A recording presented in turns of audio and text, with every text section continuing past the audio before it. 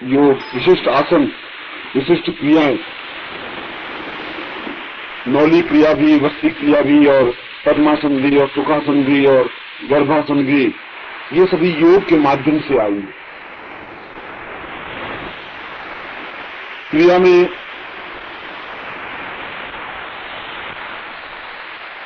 कायाकल्प क्रिया, जिसके माध्यम से आदमी मृत्यु को भगा सकता है, क्योंकि जब कायाकल्प करेगा तो शरीर की जितनी रोग होंगे, जितनी कमियां होंगी, वो दूर कर देगा उन रसायन के माध्यम से, औषधियों के माध्यम से।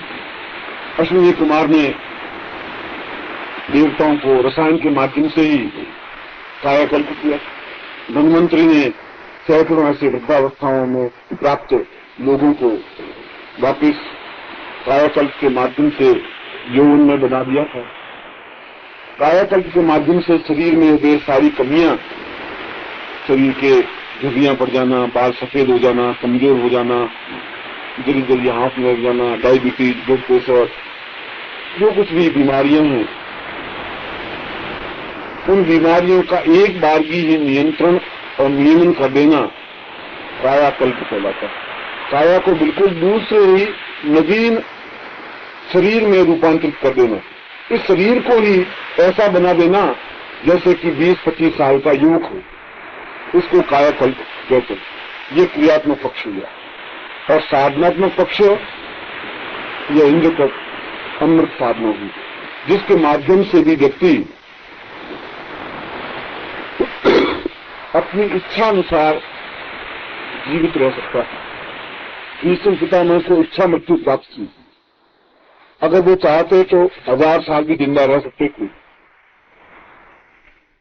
इसीलिए इस साधना का दूसरा नाम इच्छा मृत्यु साधना भी।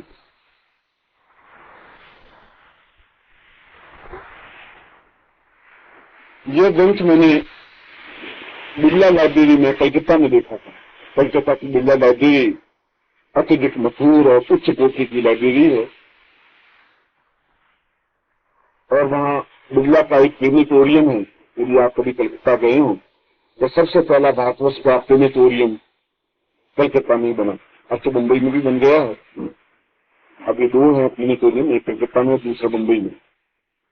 मगर वह कलकत्ता वाला प्लेनेटोरियम काफी पुराना और महत्वपूर्ण जो बिरला उन्होंने बनाया था। और उसके पास में इनकी लाइब्रेरी है, प्राचीन ग्रंथों से संबंधित लाइब्रेरी। उसमें यह ओरिजिनल मूल प्रति मुझे पढ़ने को मिली थी। लाइब्रेरी का जो मेंबर होता है उसको वह प्रति देखने को, पढ़ने को मिल जाती है। मैं खुद तो मेंबर नहीं था, मगर मेरे जो शिष्य थे जिनके यहाँ रुका हुआ था वो मेंबर थे, और उस लाइब्रेरी के इंचार्ज से बहुत परिचित थे, इसलिए वह मुझे ग्रंथ देखने को मिल गया था। प्राचीन जब पुरुष रूप में कागज बना होगा उस समय की वह प्रतिलिपि लिखी हुई है, मगर फिर भी यह प्रतिलिपि करीब 1700-1800 वर्ष पुरानी है। मूल रूप में यह भोजपत्र पर लिखी होगी, फिर उसका नकल की होगी। जो मुझे देखने को मिली है वह मैं आपके सामने बता रहा हूँ, मगर वह ओरिजिनल प्रति है, सही प्रति है, प्रामाणिक प्रति है। कुल इसके 69 श्लोक हैं, घोषित श्लोक हैं, जिसमें यह साधना पूरी विवरण दी हुई है।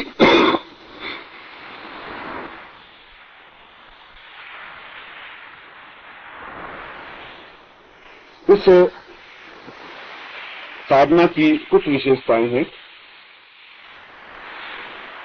एक तो यह विशेषता है कि इस साधना के द्वारा व्यक्ति अनंत काल तक जीवित रह सकता है।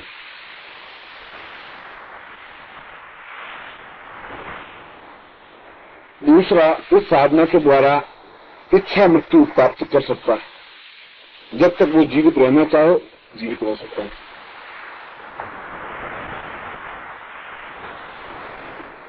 तीसरा, इस साधना में, इसी पुस्तक में, इस साधना में नहीं, इस पुस्तक में प्रामाणिक कायाकल्प करने की 3 विधियां दी हुई हैं। प्रारंभ में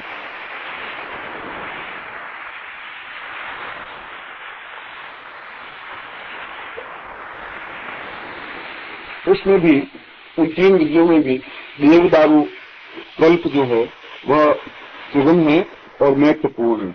उसमें पूरे देवदारू के पेड़ को ही, उसके तने को खोखला बना करके और उसी में अन्य वनस्पतियां और बाकी सामान उसमें भर करके और फिर उस तने को मिट्टी, मुल्तानी मिट्टी और कपड़े से 8 बार उसको डोला कपट कर लेते हैं जैसे वैदिक में करते हैं, और फिर उसको आग लगा देते हैं और उसी में वो सब पकता है रसायन, और फिर उस रसायन का सेवन किया जाता है।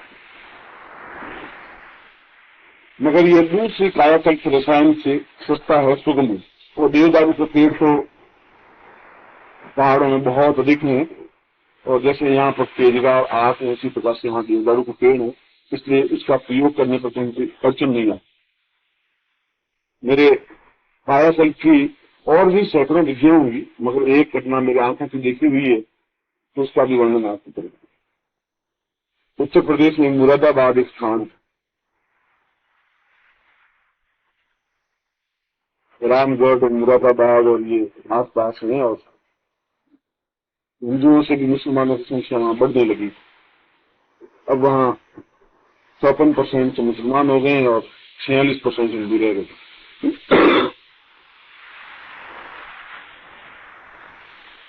उसमें एक राय साहब रहते हैं मुरादाबाद में, और बहुत ही धार्मिक प्रकृति के और सज्जन आदमी।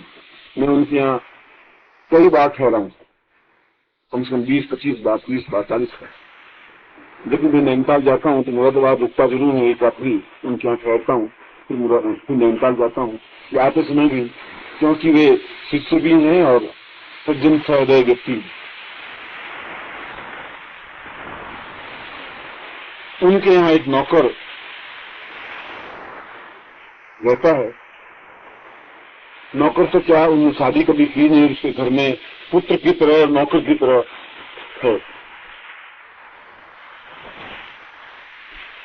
एक बार उनको बग्गी रखने का बहुत शौक है। राव साहब जो पुराने हैं, उनको ऐसी वस्तुओं का, पुरानी मोटर गाड़ी और पुराने बग्गी, और उन्होंने 2 घोड़े, बहुत सुंदर कनेत घोड़े पाल रखे हैं। उनकी बड़ी वो खातर से जा सकते हैं, उसके पास पैसा वैसा बहुत है।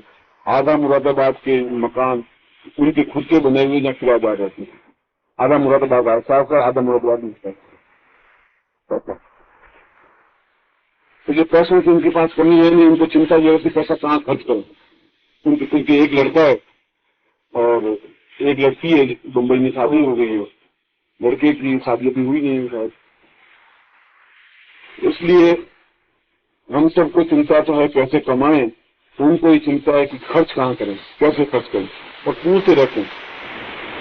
और मेरे कहने से उन्होंने मुरादाबाद में बड़ा शिव मंदिर बनाया है, आप कभी देखें, और मुसलमानों के मोहल्लों के बीच में बनाया, पूरे विरोध के बाद। और पूरे संसार का पहला वो मंदिर है जहाँ एक मण का पूरे 40 किलो का पाइप शिवलिंग बनाया गया। और ये उनका ईश्वर भक्त और शिव भक्त होने का प्रमाण है। और पूरे विरोधों के बावजूद भी उन्होंने इस मंदिर की पूरी प्रस्ताव किया। तो उन्होंने एक दिन शाम को कहा कि गुरु जी घूमने चलो। चलिए। तो उन्होंने इस बग्गी में बैठ गए और मुझे भी इस बग्गी में बैठा दिया। बग्गी बड़ी सुंदर बनी हुई, डंडक लगे हुए उसमें और घोड़े लगे हुए, उसमें काफी चांदी का काम हुआ बहुत है। तभी वो नौकर आ गया और नौकर आकर के राय साहब को बात बताने लगा। और उन्होंने बग्गी को कहा कि तुम बग्गी स्टार्ट कर दो, साइज को कहा, चलो। बग्गी चलने लगी और मैं उनकी बातचीत में हो गया। नौकर कुछ कह रहा था, ऐसी ही बात। और बग्गी घोड़े इतनी तेज स्पीड में दौड़ते हैं क्योंकि उनको तो बस चना और घी और बस यही खिलाड़ नौकर रखे हुए 2 दिन भर मालिश करते रहते हैं घोड़ों। आप अपने शरीर की जितनी हिफाजत नहीं करते उतनी तो घोड़ों की हिफाजत होती है। और डेली उन घोड़ों पर शायद 300 से 400 रुपए खर्च होते होंगे। उन नौकरों का खर्चा तो अलग है। कार की स्पीड और उसकी स्पीड बराबर है। ये समझ लीजिए कि 60-70 की स्पीड से घोड़े दौड़ते हैं, तेजी से दौड़ते हैं। कार भी आप एमएस से दौड़ाएं तो 60 की स्पीड से दौड़ेगी, फिर तो वो फड़फड़ा में लग जाती है।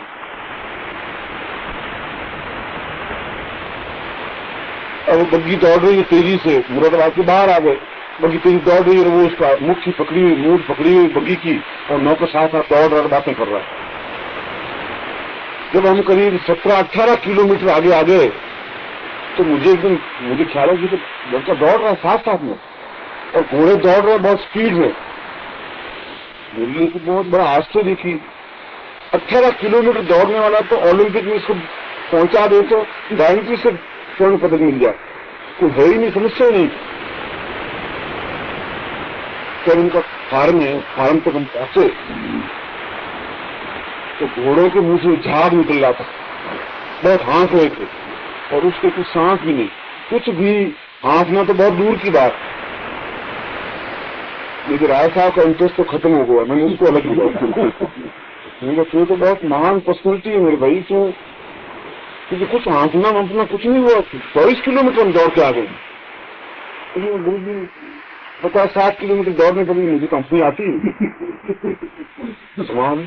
और 60 की स्पीड से दौड़ रहा है। आज तक कोई दौड़ा नहीं, आदमी तो दौड़ नहीं सकता, कार दौड़ सकती है, घोड़े दौड़ सकते हैं, और घोड़े जैसे आदमी या घोड़े जैसी जानवर भी हाँफ रहे हैं, जहाज निकल रहे हैं, इतनी स्पीड दौड़ रहे हैं।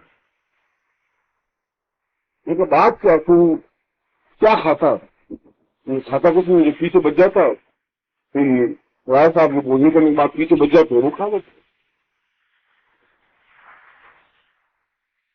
तो राय साहब ने कहा इसकी कहानी तो मैं आपको सुनाती हूँ।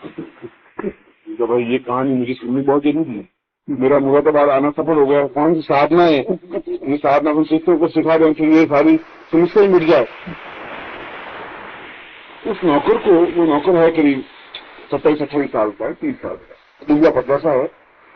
उसने कहा मुझे साधु सन्यासियों की सेवा करने का बड़ा शौक रहा, और जब भी मैं सुनता हूँ कोई साधु सन्यासी आ जाता है तो मैं उनके पास चला जाता हूँ। मेरे पास अगर 2-4 रुपए होते हैं तो मैं उनको जल्दा ला के दे देता हूँ, और सुल्फा ला के दे देता हूँ, भान जोड़ के दे देता हूँ, पाँव दबाता हूँ। इसका एक शौक है, इंटरेस्ट है। तो मुरादाबाद के शहर के बाहर कब्रें हैं, और कब्रों के पास में एक पुराना खंडर है, वहां कोई साधु सन्यासी है, तो सन्यासी अघोरी आके ठहरा। उसको मालूम पड़ना चाहिए कि सन्यासी आया हुआ है, कोई साधु आया हुआ है, कोई अघोरी आया हुआ है। तो जो भी टाइम मिलता है वो वहां जाकर के, और उसका कोई शौक नहीं, अपने अपने शौक है, अपना अपना इंटरेस्ट है। तो उनको वो सुल्फा वुल्फा ला के दिया, चिलम वलम बना के देता, वो पीते।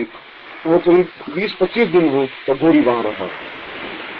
ये भी दोपहर को टाइम मिलता तो चला जाता, रात को 7-8-10 बजे उनको रायसा को खाना वाना खिला पिला करके फिर वो चला जाता। 2-3-4 घंटे उनकी सेवा करता, पाँव दबाता, पेट दबाता।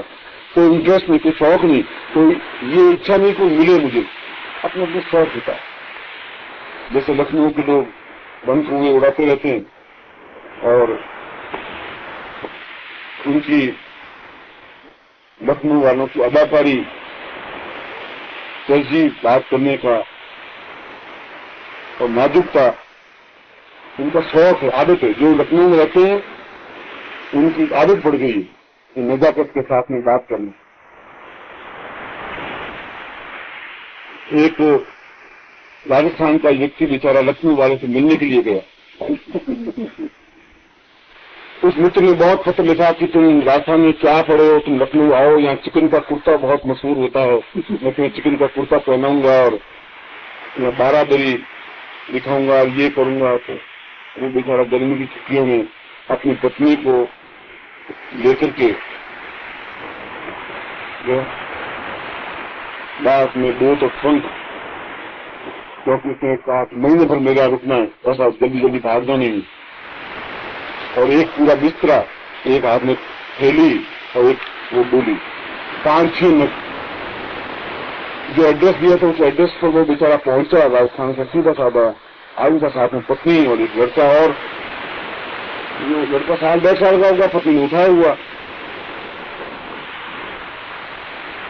तो देखा कि वो दूसरी मंजिल पर रहता है,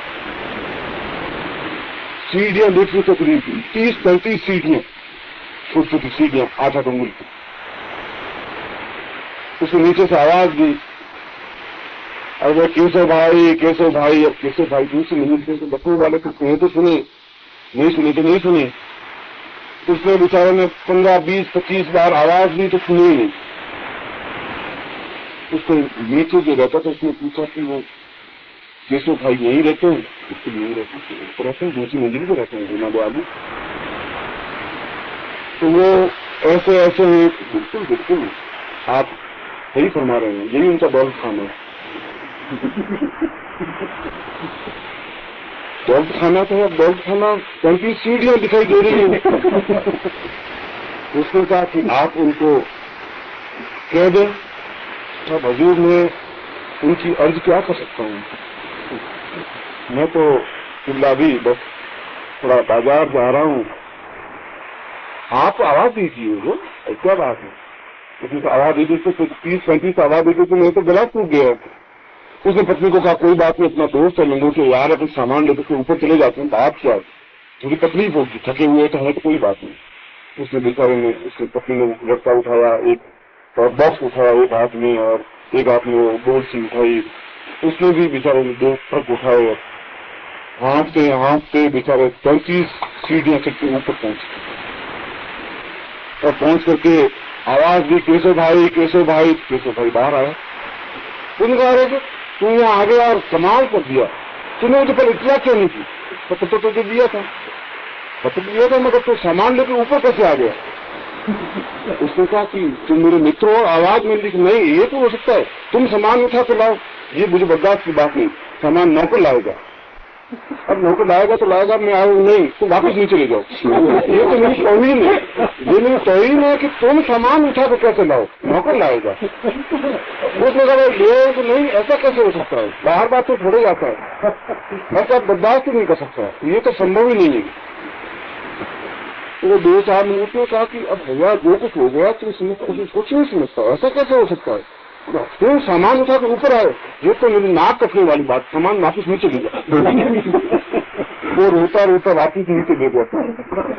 फिर नौकर को नवाज सामान साथ ऊपर ले गया, लखनऊ में आया, तुम सामान कैसे ला सकते हो, तो अब तुम ऊपर आते।